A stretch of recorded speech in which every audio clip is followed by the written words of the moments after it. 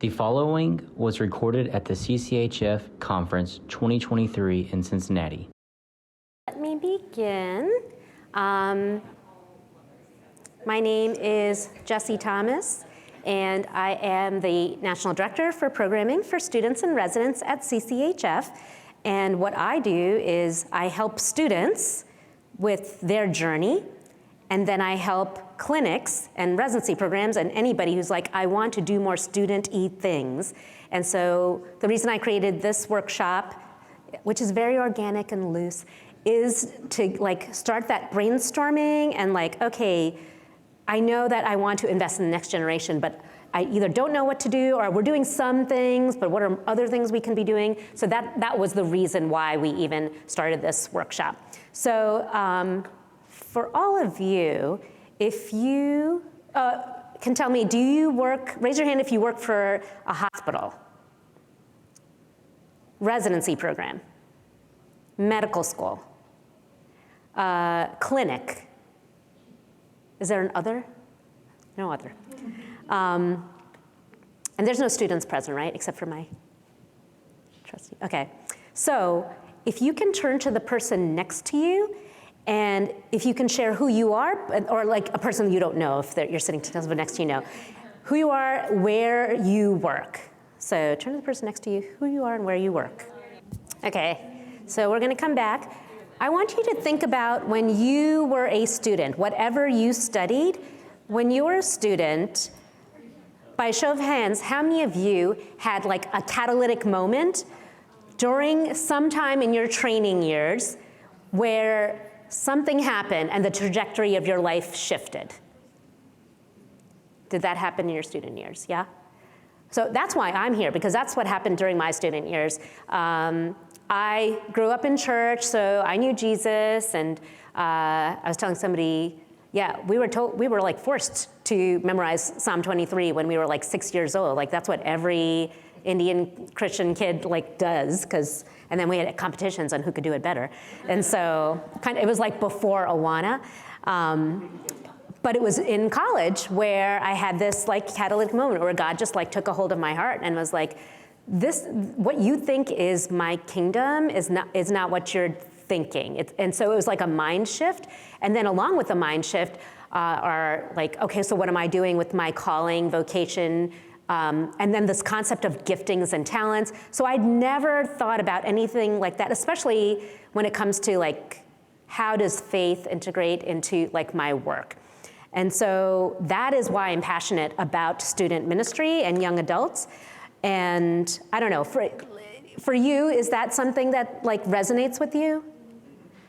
Because it's not like we're relatable and we're just in our young 20s, right? We have wisdom because we've done this kind of stuff, but why do some people, you know how people will start out as youth pastors, but eventually they become the head pastor of some mega church? Why aren't they a youth pastor their whole life? Is it a stepping stone in their career? But then there are some people who are they just always do student work. And I think if you've had that experience, I don't know, I think that sticks with you. I mean, I like adults too, but I really like students. So I think, and it's this concept of leaning on Jesus. But the reason why I think student work is so important for our clinics is because students don't have models for that. Unless it's in their family, their family is in healthcare and this type of work, they need modeling. So that's why it's important that we pay it forward. And we all know this can be challenging in so many different ways. It's already academically challenging, but then to also keep your spiritual life intact and be emotionally healthy, we need the guidance of Jesus, and we need to train our students to figure out how to do that as well. Okay, so as I've done student work, I've met so many students who have said that it is within the CCHF community that they've had this catalytic moment, whether it was a talk from the plenary, they met at the exhibitor booth. Like I had a student who I met at GMHC, so my husband works for FQHC in rural Appalachia called Dayspring Health, and I would always man the booth for recruiting because, you know, we're all always recruiting. And I'm an extrovert, I don't know if you could tell that. And so I would man the booth and students would come, and 90% of the time the student was just like wandering, like what to do. And I had one student who did not look happy, but you know how some people, they just have that look? So I couldn't tell, does he just have that look or is he not happy? I'm like, how are you doing? And I have no memory of this conversation. But apparently what had happened was this man just started crying. He was a medical student at the time. He was having a really rough time. And so I just like prayed for him, and I don't remember anything of it. Well, years later when I started this job, I would like reach out, I'm not gonna say who it is, but I reached out to him because I think he was doing a workshop or whatever, and we started talking. He's like, you don't remember me? I'm like, no. Yeah, I was that guy that you prayed for at our table, and it really like ministered to me because I was not in a good place then. And so now here I am, I'm presenting at CCHF, and I was like, that's wild. Like, we have no idea when we have our student contact how God's gonna use that to minister to them. And so I feel like it's like throwing seed, and I do like a lot of I don't like make neat rows and plant, I'm just like scattering seed like in the olden days. And so I think it's important for us when we are doing student work to be mindful that every touch point may not feel like it's a big deal. And a lot of it is because we're just busy. And so we can't really invest in our students as we may want to, just because you got to see the patients and you got to get the work done. So to just keep that in mind, that's why we do what we do. So whether it's a relationship that began when a student volunteered at a CCHF clinic, meeting someone at the exhibit hall, especially if any of you have any exhibit booths, I highly recommend, if you don't already do this, which you're like our people, so you probably already do, like to really try and read students as they're walking by, even if they're just like glancing around, to be reaching out like, hey, how are you doing? Like, how's this conference been with you? Like, do you feel like God's been saying anything into you? And using that as a ministry moment, because you never know. And then they might want to join your clinic late, like you don't know. So, and it could be, you know, like the main stage. So the catalytic event is the thing that really shifts students' hearts. So I am just so thankful that you want to be here because you have this desire to invest in the next generation. So right now, of everybody here, who right now has like 0 student programming at their clinic setting or residency? Like there's nothing going on. Okay, so you all have something. Maybe like, if you can tell us, what do you actually have at your clinics right now? Gap year. You have a gap year? Third year medical student rotations. Rotations for third? Third and fourth? Yeah. Yeah. Summer internship? Where's this at? Summer college internship. At what place? At Ethne, yeah.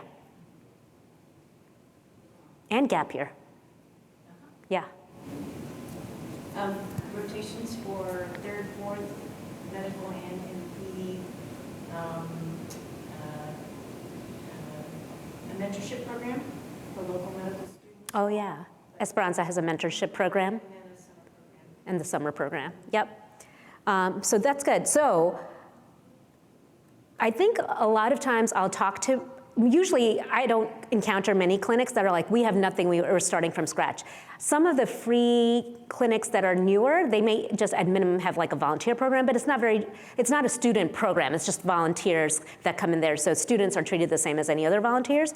So I don't know what you all are needing or wanting, so just to be prayerful as you're listening, because some of this may like brainstorm you into thinking, you know, we've never tried this, why don't we try that? So some of this will be like, yeah, that's what we already do. I'm just throwing out like in general, because they're recording this, so people who need it later can also think about what they might need. So the 3 questions I usually tell clinics to think about your resources. Do you have specific things that students can do at your clinic? You're like, you know what, this stuff needs to get done. Nobody has time to do it. Are there actual things, practical things that students can do? Do you have someone in leadership that can train the students, not in leadership, like an overseer for the students? So do you have someone that can train them, and then somebody that can supervise them, which could be the same person? And then will this program benefit the student as well as the clinic? Because all our clinics are taxed. They don't have enough time and energy and money to do everything. So to add a student program, I know one clinic where there was a couple of providers who are like, yeah, we want more students to rotate. And the other providers are like, we are barely surviving. We don't have time to like spend with the student to do it well. We could do it badly, but we don't want to do it badly. We want to do it well, and we just cannot do it. So everybody has to be on board in order to do it well. So these are some of the general ways. I'll just go over quickly. You could have students come as volunteers, whether they're high school students, college students, and the reason why you would want to do it, a student would want to do it, is to understand what the patient is going through, so it builds empathy. So I know there are some clinics where they'll send students into the waiting area and talk to the patients and ask them how they're doing. Is there any ways that they can be praying for them? Because this is an obvious Christian clinic, so that's not a weird question. And so it's just more of a ministering presence. So that's one way a student volunteer can be used.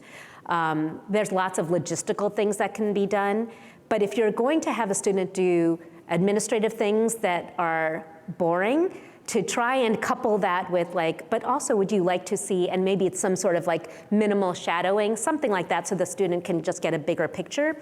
We had a student who was doing a gap year, and they were doing just data because they were trying to clean it all up, and it was related to health insurance. And so that's really fun, right? So, but this student, from doing that, she wasn't even going into healthcare. She was actually going to go into like, she was trying to decide law or policy. She wasn't sure, or health administration. I think she ended up doing public health. But what she learned is like, wow, there is so much red tape with insurance. And then you're trying to figure out who's getting free care, who's getting covered, what is private insurance, public, and so she just learned a lot just from doing that, and it's not something, she was just like, oh, I need money, and like, this is a convenient job. So sometimes students think they know what they want, which they think is time in the patient room. And that's, I mean, if you're a provider, you know your job is way more than just time in the patient room.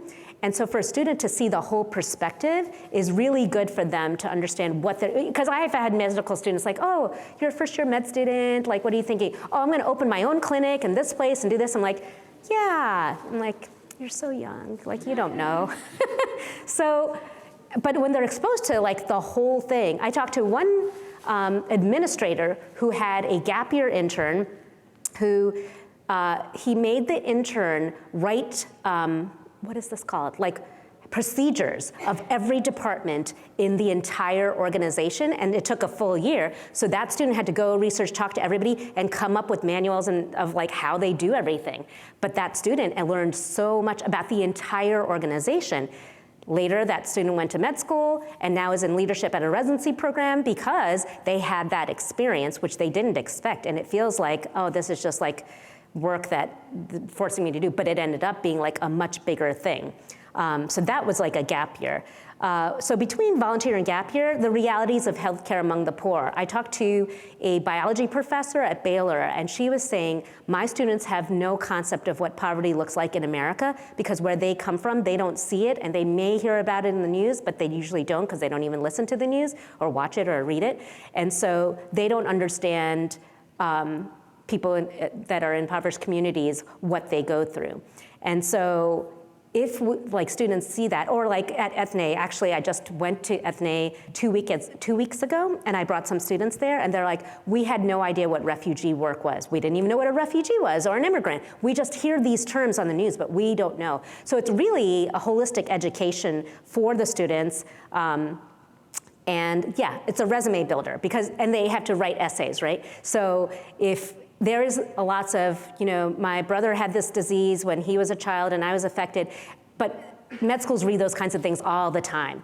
But then when they do these kinds of experiences, it's something completely different. So med schools really look at it, and students don't realize this is actually like really good for med schools to read about, or PA schools or NP schools.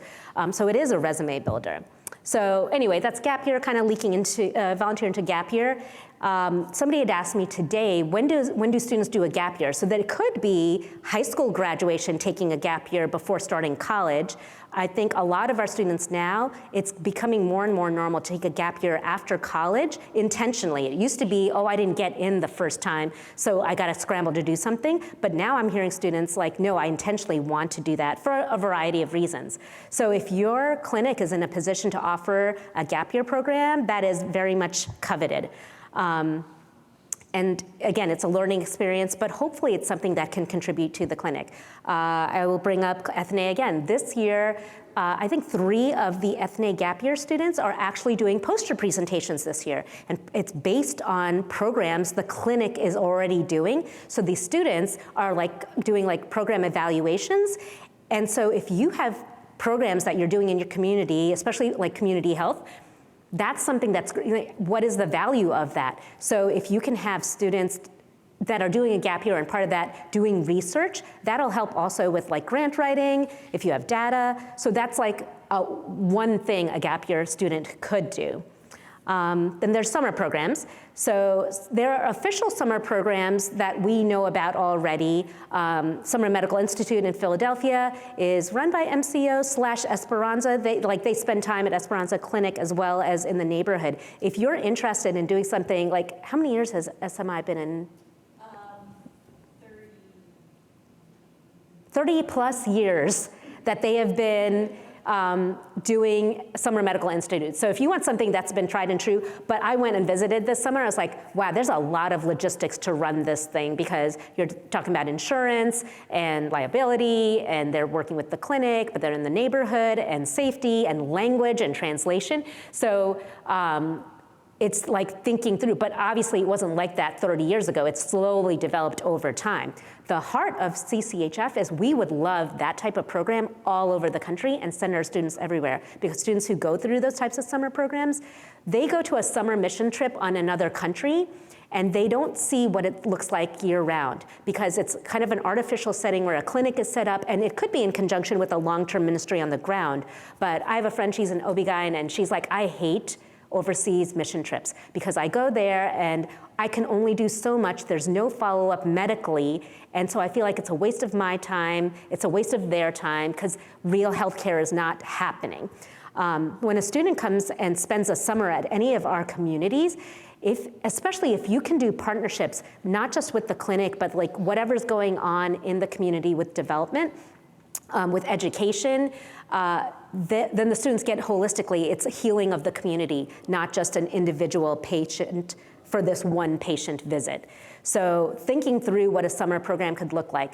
I know that Whole Person Care Preceptorship, which is in California in Redlands, they partner with Loma Linda Hospital, and so they spend time, but a lot of their focus is on individual patient care. It's not a community program. Lawndale has a program. I know there's other places that have programs too. In fact, you might have a program.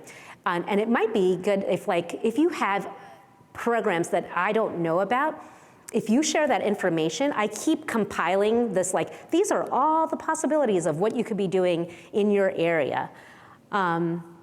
So that's a short thing on summer programs. Rotations, again, 3rd and 4th years. 3rd year is really rare. I see most clinics doing 4th years, but what I see is partnerships with local medical schools or with PA programs and P programs with local. So one of the things that's beautiful about the CCHF community and our clinics is they are all Christ-centered.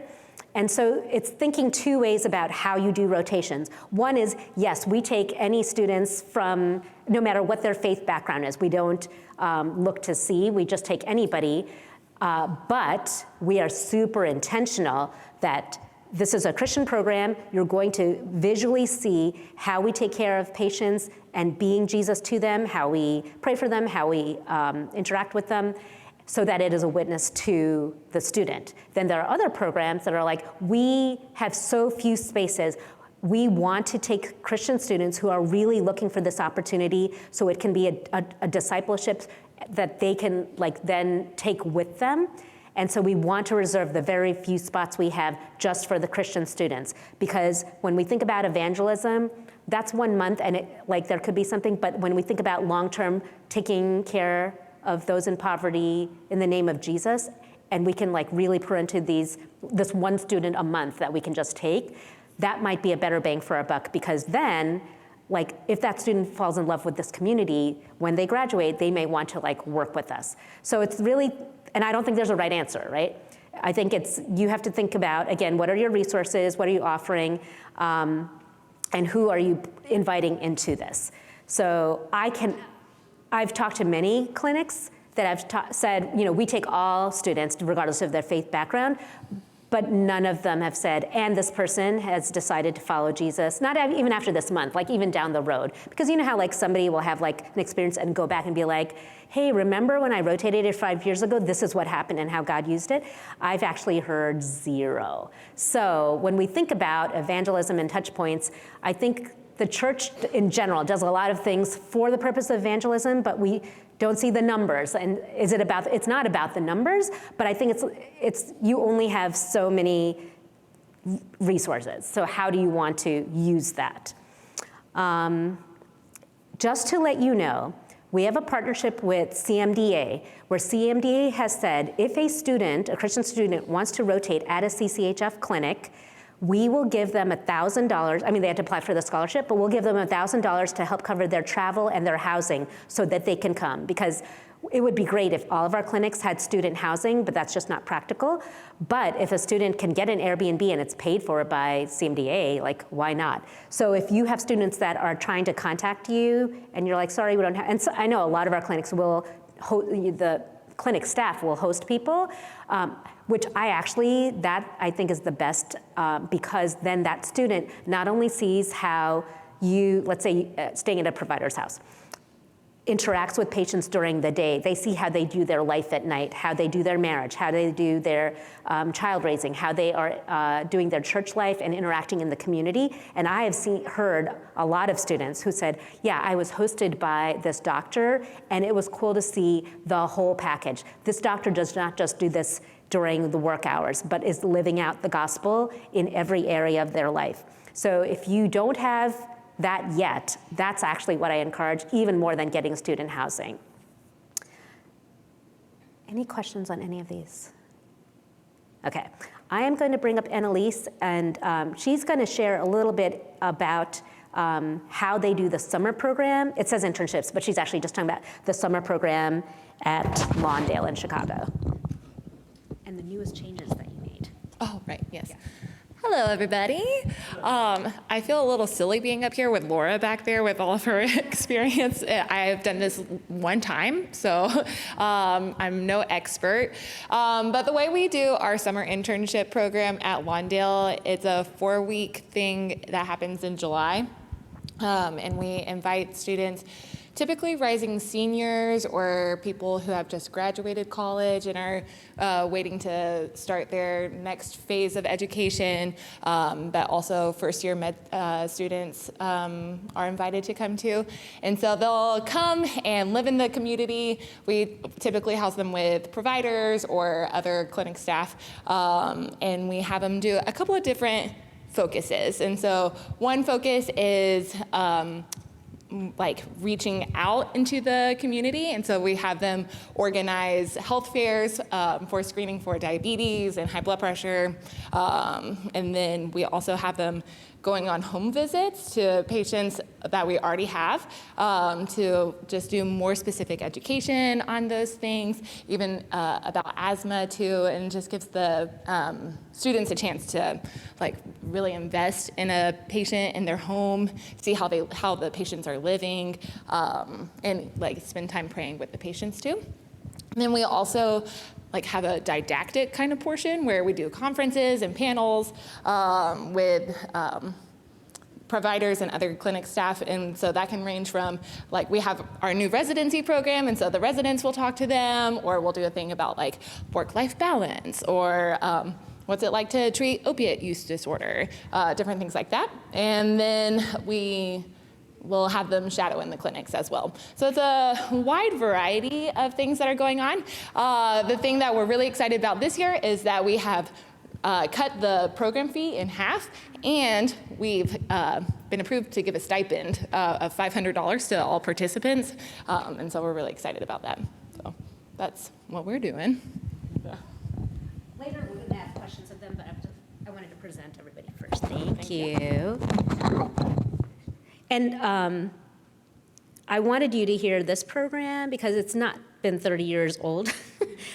Because I think sometimes it feels overwhelming, like, oh, we can't do that. Like, there's so much involved, and I think that's what it is. It's like to start slow with things so that slowly over time you can develop it. I know a really great program, a summer program, because we know a student that went through it who's now almost done with residency. But years ago when he was an undergrad student, he did a summer program at Siloam where they lived in the refugee community and spent time there. And this child grew up with a silver spoon in his mouth. So he had never seen anything like that, lived in an all-white community. And so, but he had heard this was like a really great program, and it changed the trajectory of his life.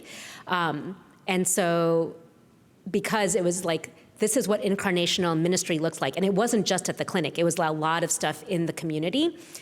But what I think is interesting, which I didn't mention before, in order to do these programs, it's like having the right person lead the program. So the right person led that program, and then when that person left, they never did the program again. Because when you try and just like stick somebody, like we've always done it or we've done it before, or they just have to read this manual, if you don't have a person that is like sold out and has a heart for it and is led to do it, it's not gonna be good. And so it's probably better just like not do it at all, which I don't know how that sounds to you. But that's what I've seen and experienced in general, because you don't want a student to walk away with a bad experience and then be like, yeah, I don't know, maybe I'll do this instead. So anyway, okay. I'm going to have Lenka come up to talk about the Gap Year program. They do lots of programs, but she's gonna talk about Gap Year at Christ Community Augusta. Hello, everybody. All right, so yeah, we accept volunteers. We accept clinical rotations for MDs, DOs, MPs, PAs, even nurses, MAs. But I will kind of outline the Gap Year program. We've been doing it for going on 4 years now. And it's been a great experience for both the clinic and our students. So it's definitely kind of like what Jessie was saying, it's a two-way street.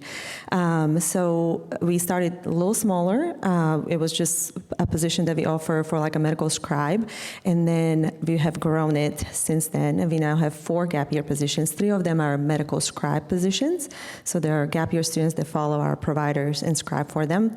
And then 1 is quality improvement / our CMO, it's kind of like their assistant. So they get to follow our chief medical officer around and kind of run his calendar, be in the meetings with him and all that. So it's really, it kind of gives a great overview of the clinic and gives them a good idea of how the clinic is ran from the operations standpoint. So those positions are paid positions. They are temporary positions. They're usually a year long, of course. We interview for these positions. They apply online. We ask for a resume and a letter of interest to kind of judge and gauge where these students are coming from, who they are. And then we go through the interview process. And they come from not just locally. We, as a matter of fact, had more students outside of the state than in Georgia. But it's a wonderful program that kind of exposes them to our mission, exposes them to how the clinic is ran. There's, a holistic type of approach that Christ Community has for the patients. And they stay with us for a year, so they're engaged in the life of the clinic. They're considered employees. Clearly, they're being paid, but because they're temporary employees, they don't get benefits, but they get the benefit of doing life with our staff. So they live within the community, oftentimes with some providers or other staff. So, yeah. Anyway. And then, she was talking about they pay them. I've heard Gap Year programs done different ways. I think it is, I can't remember the name of the clinic. There's one clinic that they pay their students, but the way they do is they have a partnership with AmeriCorps. So they get AmeriCorps funding, so the clinic's not paying for it, but AmeriCorps is. I'm sure there's lots of red tape in doing that, and I brought that up to our clinic at Dayspring. I was like, maybe we should try that, because I know when we first moved there were AmeriCorps volunteers, not related to the clinic, but in the community. So that might be a way if you're like, we want to pay students, because they need money, but we don't know how to do it. So to try that. Another clinic I know, their typical gap year student is only in the clinic 2.5 days, and then they work at Starbucks or somewhere else to like fund themselves. So it's a year internship as a gap year, but it's only half time. And that's how the clinic doesn't pay for it, and the students are not poor. So, so there's all different ways that you can do it. And then I'm going to have Kristen Martell come up, and if you want a very in-depth understanding of how to do discipleship as preceptorship, we actually have on the website her 1-hour talk on this, which I do recommend. From years ago, yeah. That's good. Yeah. I have a few notes. So I think most of you maybe know about Siloam. Just going to give a little background of who we are so you can understand how student education is incorporated into our practice. So we are a charitably funded, faith-based healthcare organization. And from the beginning, there have been like 3 main programs. So first is primary care, providing medical home. Second is student education. So you can see it's like a second kind of focus. And third is community health. So those being our 3 kind of main focuses, it shows you that student education has always been a priority. I was introduced to Siloam as a medical student, so I'm sort of a product of the intentionality of that at Siloam. So the core values when we were started 30 years ago was included discipleship and student education. So there's all these values, and that was instilled from the very beginning. And so from the very beginning of the doors opened up, we had medical students mostly who were shadowing. And most of them were just coming from Vanderbilt. That was sort of the pipeline. And then over the years, my mentor and our CEO, who has just stepped away, Morgan Wills, talked about this idea that we will always be about multiplying the mission. And so from the board level to our CEO, we were about multiplying the mission, and doing that was focusing on student education. So that also plays out in how the administration allows us to have space and time to have students. And so I have a student or resident with me almost every single day. And so there has to be some measure there and some grace to be able to, like, my art, we're not numbers driven, because there has to be time to, whether it be disciple or mentor or teach. And I feel like that's been put into place, not only for the MDs, but our nurse practitioners, our PAs all have students with them. So in terms of like what this looks like, we have various different levels of learners that come, but the one I'll talk about is the primary care preceptorship program.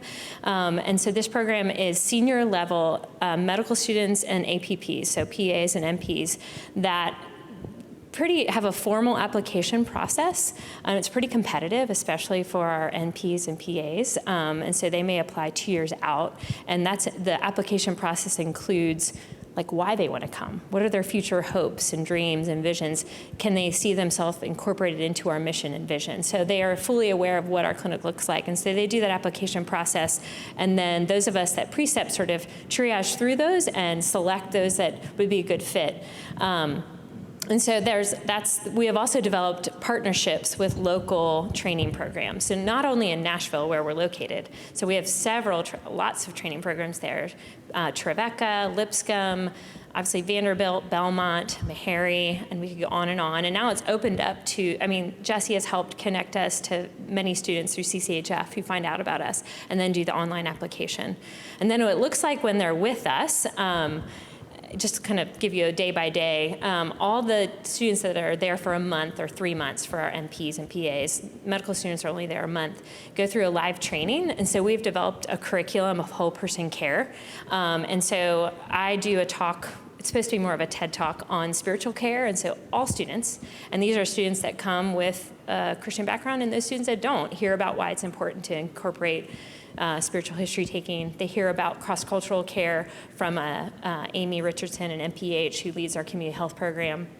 And she does a wonderful talk on refugee care and health literacy. And then one of our stellar interpreters who trains other interpreters comes and gives a talk to these students about how to use an interpreter effectively to reduce just the barriers that you inherently have when you're speaking cross-culturally and cross a language divide. So they all get that live training, and then their month to 3 months with us, most of what they're getting is the mentorship that happens by the side of your preceptor, right? But they also are really encouraged to shadow our behavioral health consultant, to learn how to consult our BHC, to learn how to consult our pastor on staff, to shadow him. They're all given the opportunity to do a home visit, and so we arrange that through our director of nursing to find a patient that's needing a home visit, and they get to go along with one of the nurses or our CHWs.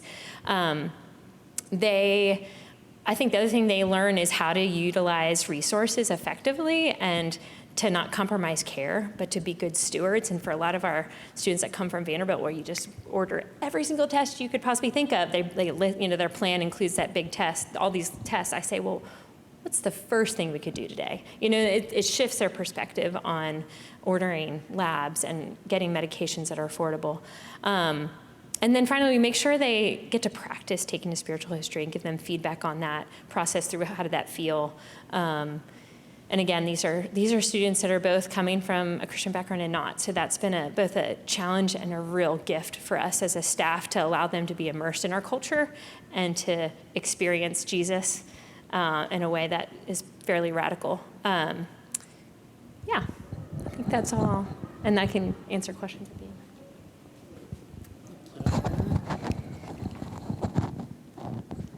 Okay, let me go back. Okay, so I'm going to introduce two things that I've just done. So my background is with InterVarsity Christian Fellowship. CCHF is actually a partner ministry of InterVarsity Christian Fellowship. And so I went to Atlanta a couple of weekends ago because in the Southeast they had their Black Campus Ministries Conference. And I partnered with them and said, can you put on the registration during their free time when they don't have dinner, that I will provide them dinner and bring them to Clarkston and get a tour of the clinic and hear from a provider, and the gap year students will show them around. And 25 students signed up, 20 came. They were blown away. They had no idea that this kind of thing existed. So I'm just calling this a tour and tell. Are there students that you could bring to your clinic on a Saturday when it's closed, or Saturday afternoon, where you can, and you don't have to feed them dinner, I was just, because they needed dinner anyway, but spending time telling them about the ministry, the impact you have in your community, especially the pre-med students at your local colleges, because if they learn that early, that's something that they can take with them. And then they can start a book club on their campus with Upholding the Vision, and then it just keeps on going. Then they'll do a gap year with us, or volunteer with you, or come to a CCHF conference. It's just a way, how can we help them to start that journey? So that's tour and tell. Another way, you're talking about students from all over the country now are trying to come to Augusta. Well, how did that happen? Part of it is word of mouth. One student hears about it, then they tell their friends. So there's this connection between Washington University and St. Louis, where, and I think a student had called CCHF and said, do you know about it? And I'm like, oh, I know this internship in Augusta. But if you can speak and share, and you go to campuses, and especially with undergrad ministries, and you don't have to necessarily talk about, this is how you can be a medical provider, because in general, they just don't know, like what Brian Stevenson did today. I don't know if all of us were like, okay, we're going to quit our jobs and go and do healthcare in the prison system. That wasn't the point of the conversation, but it's raising a prophetic voice that we need to be close to those who are suffering so we understand and have empathy. I mean, that's what I got out of it. But he used his whole experience with law and the prison system. In the same way, when you go to undergrad chapters and talk to a general group, but then say, but I am in healthcare, and if you would be interested in a tour and tell or whatever, it starts to spark those ideas. And then even going down to having one-on-one meetings or small group, or starting an Upholding the Vision book club. So speaking on campus is what's going to get you out there. I often get requests for people to come and speak on student campuses, even virtually. So if that's something you're like, I love speaking to students, I can identify if there's places you can do that. Lawndale every winter does this, they don't call it a retreat. I don't know what you all call it. It's every February, but not everybody knows about it. Summit, I think is the word. It's you give them bagels in the morning and it's all morning, but it's open to, I think they publicize it through CMDA/Crew in the Chicago area. But basically, kind of like a tour and tell, but it's an actual content of what is spiritual care or history of the community. So having some sort of event at your clinic where you're getting more students exposed to what is going on, because most students don't know. In fact, when I went to Ethne and I did this tour with the students, they're like, I've never toured a clinic ever. Like, I've been a patient, but a lot of them are like, but we don't go regularly. So to see the behind the scenes was fascinating for these students. So that's the beauty of having some sort of event like that. If you go on your Whova app, I attached 3 documents for this. One is like a whole slew of information about gap year. I also attached how you can do one of these clinic visits, a tour and tell. And another document that we made, sorry, if you want to take pictures, you can go ahead. But it's all in this document. That one's hard to read. And it's like, we call it a preceptorship toolbox. So in there, I have Kristen's talk, and then there's another talk on discipleship and preceptorship done by Judith Hunt, who's doing it in Arizona, where she will take students for like 2 years in a row and like invest in them, and they do indigenous health, and I think there's a Mexican community in that area too. But she lives with them and does life with them and brings them on house visits. So there's the 2 different talks because they're both very different ways of doing preceptorship as discipleship. And I also have in there, Salome lent us their intake-outtake surveys. So that way, instead of you starting from scratch, you can see like all the information they ask students when they are starting and then when they are leaving. There's information there. JACO has a list of recommended questions for spiritual conversations. So when a secular group like JACO says, the Joint Commission, you should be doing spiritual assessments, and students are like, no, our preceptors, our teachers are like, that's like a power position you're playing. Like that is, what is the word I'm thinking of? Ethically. It is. Yes and yes. It is unethical to have spiritual conversations with patients. That's what these students are saying. And but that's not true. And students have no concept of what it could look like. And they don't know what a spiritual conversation is either, because the concept of evangelism is terrible now in America. And if you've been indoctrinated with the Romans Road, or you just cross over this bridge that Jesus put in between this to fill the chasm, that's not how this generation speaks about spirituality. But I've had more non-Christian friends in the past 3 years, and they all talk about the sovereignty of God without understanding that that's what it is. But they say that they are manifesting. They say that you're not going to miss what is supposed to come to you. That's the concept of the sovereignty of God. And so there's spiritual conversations happening in this younger generation, but they don't know that that's what that is. And so if we can come alongside, and the questions that JACO has are so much better than what I've heard typical Christian, do you know Jesus as your personal Lord and Savior? It's really not a great question to ask somebody, especially in the patient room, unless you had this long-term relationship. But like the concept and the context of who is Jesus, like that's a huge, how do you explain that in a patient visit? But if you say, you're going through a lot of suffering, is there somebody you can talk to? Is there something that you find hopeful? These are spiritual questions. So in that preceptorship toolbox, I have a list of those questions, and there's some other goodies in there. We want to equip you as best as possible, so that's why we put that together. This I just put real quickly because I'm really still thinking through the roles that these different CCHF offerings have. So like, this is our first year doing poster presentations. When you go towards the escalator, you're gonna see if we can have our students, and I'm trying to engage with Christian colleges to encourage their students to do research and academic research, because if students are doing research of things in our communities, social determinants of health, like those students are going to have a heart for things. And so we do it by reaching out to the campus, and then we could have these students host at our conference. We have our residency program. If you are a residency program here, we have our online missional residency fair, which I haven't thought about yet how we're doing it. That's the summer, but we do that so then we can reach out to students that way. Rotations. Student debt, we talk about how a lot of our clinics are in communities where you can do National Health Service loan repayment or Project MedSend. And so we want to encourage students to think about that as they think about their long-term career. So all these things are listed on the website. I just wanted to give you just a brief overview.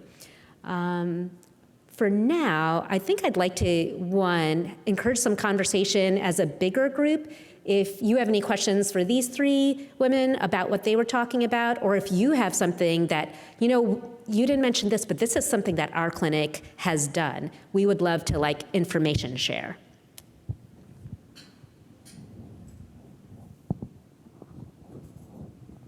And I will repeat your question if you're here, so any questions?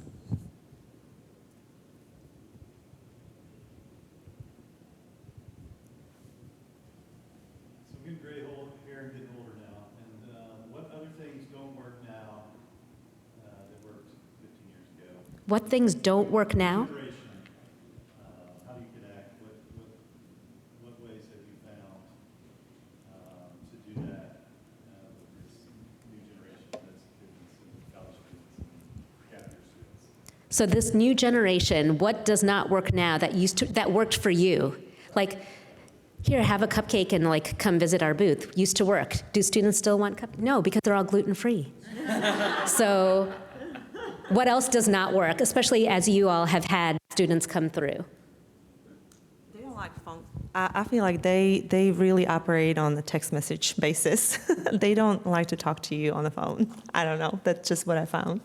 Too. Yeah, no, that's true. They're all in group me's. They don't like group texts? No, it's one-on-one. Yes. One-on-one texts or group meetings, Yeah, they want group me's.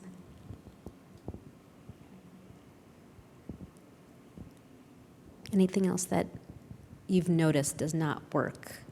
I think one thing that does work is they really want that, they crave that one-on-one relationship in that time, which I don't think is new, but I think I see it more now, as well as I want to see how this patient is being taken care of, and they want to be hands-on, but they shouldn't touch anything.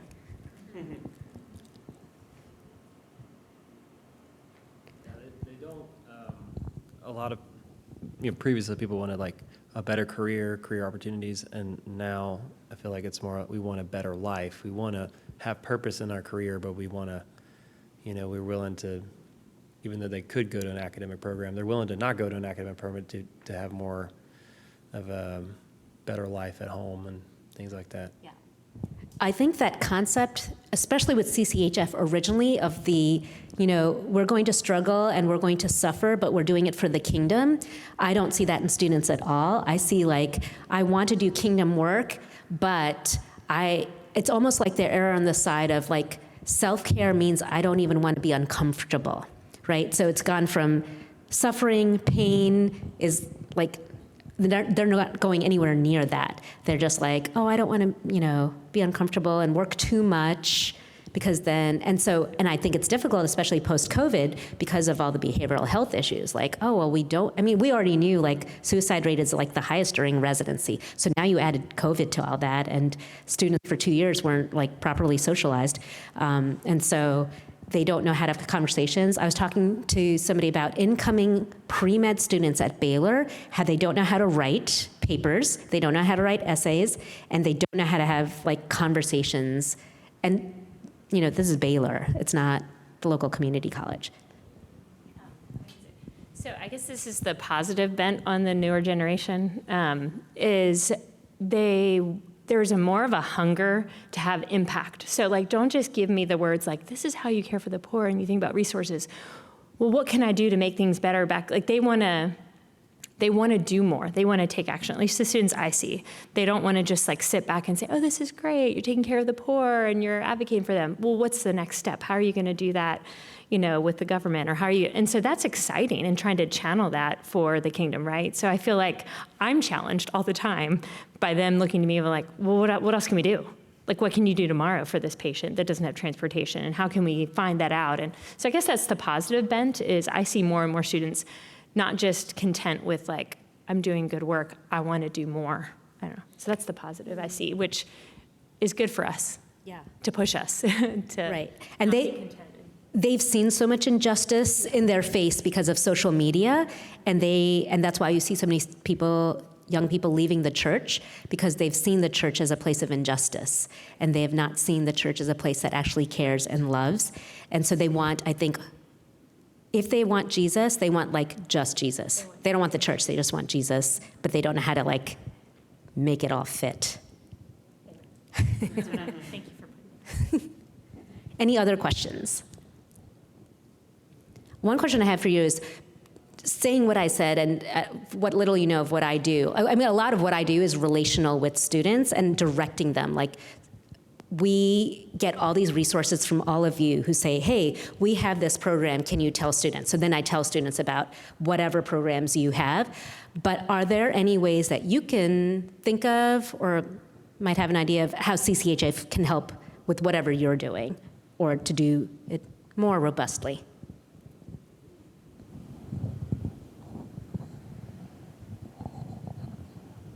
So I'm doing my job. I guess that's okay.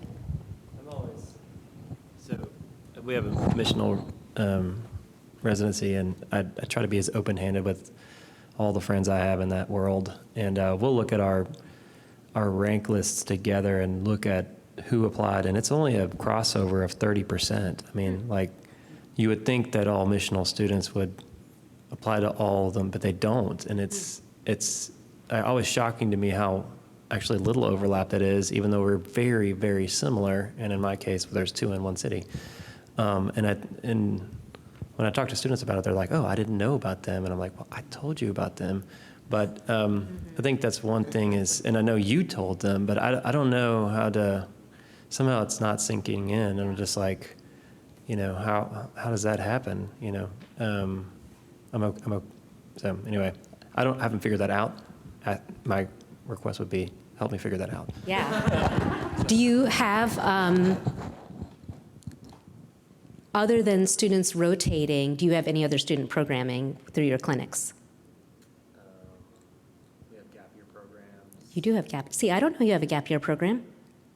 Sorry. Summer program? No. So part of it is like, if you go on our website and you click on like gap year or whatever, it kind of like on the left side, that's what we have. If you click on there and you're like, wait, we have this program, why is it not listed? It's because I don't know about it. So it might be that's the next step of click on there and let me know what you have that I don't know about. Like there was some other program, one of you had, I'm like, I didn't know you had that program, because if I know about it, I will talk it up and I will let people know. So that's like the beauty of this partnership of CCHF with all of you for what you have. And some of you be like, our clinic doesn't do rotations, but I will take a student and I will have them follow me. Like, then I'm happy to just send them to you so they don't have to, I don't know. I don't know how it works with each school and what their requirements are. And that's the part that you would have to figure out, because logistically, I don't know any of that. So anyway, thank you all for coming. Yeah, all of us are available for more specific questions if you have.